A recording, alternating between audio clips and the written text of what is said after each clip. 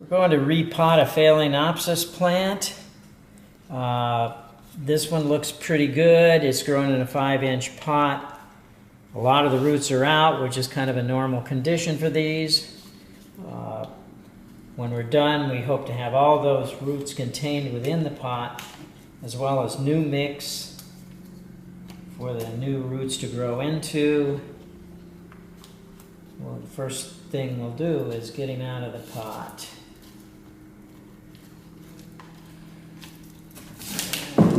That over our trash can here.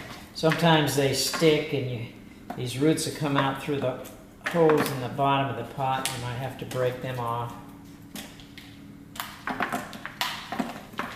And then we just kind of mash the sides of the pot, try and break everything loose.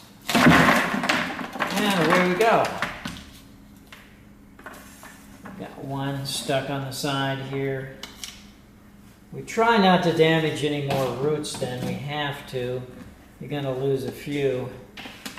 I prefer not to repot this time of year. This is August, because they have these new growths, which you can see how this moves around. They're very tender, and I really need to be careful with that.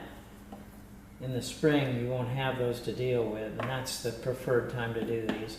So I'm going to take all the mix off the roots. I'm going to take off any roots that might be rotten.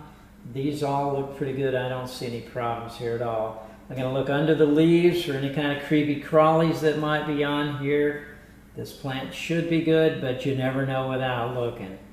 Everything looks good. Now I could put this back in the original pot, but I'd never be able to get all those roots back in without breaking them, and I don't want to. With a Phalaenopsis, you want to be careful with the roots and not break them up any worse than you have to. With other kinds of orchids, you're going to cut the roots off, but not with these. So we'll just kind of gently get those guys down into the pot, including the ones that were growing over the edge before. Kind of get them all centered down in there. I don't want to mash them down into the bottom of the pot. And I would like to have the bottom of the plant where the roots come out to be about even with the upper edge of the pot. So now I'm going to hold the pot and the plant in one hand so I can start piling in the mix with the other hand. And one handful at a time, I'm going to put it in and just kind of tap it down in there. Again, I don't want to mash those roots all down in there. I want this stuff to filter down around the roots.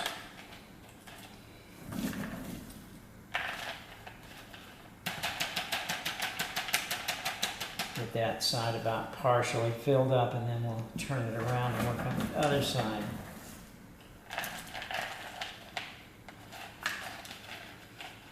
This is medium orchiata bark, my preferred mix. It's the right size for this size pot for Phalaenopsis. For a Cattleya, I'd be using bigger bark, but for Phales, this is what I like. I'm using a plastic pot, 8 holes in the bottom. It's called an azalea pot. This is the best growing pot for Phalaenopsis. These are air plants. I want a lot of air spaces for air to go in through the bottom and come up through the pot, but the plant wants to stay moist, so this is the right size mix. All right, I've just about got enough mix in here. Now I'm going to begin kind of tamping it down with my thumb. I don't want any voids in there. I want everything to be rather tightly packed when I'm finished. Work my way around, tamping it all down.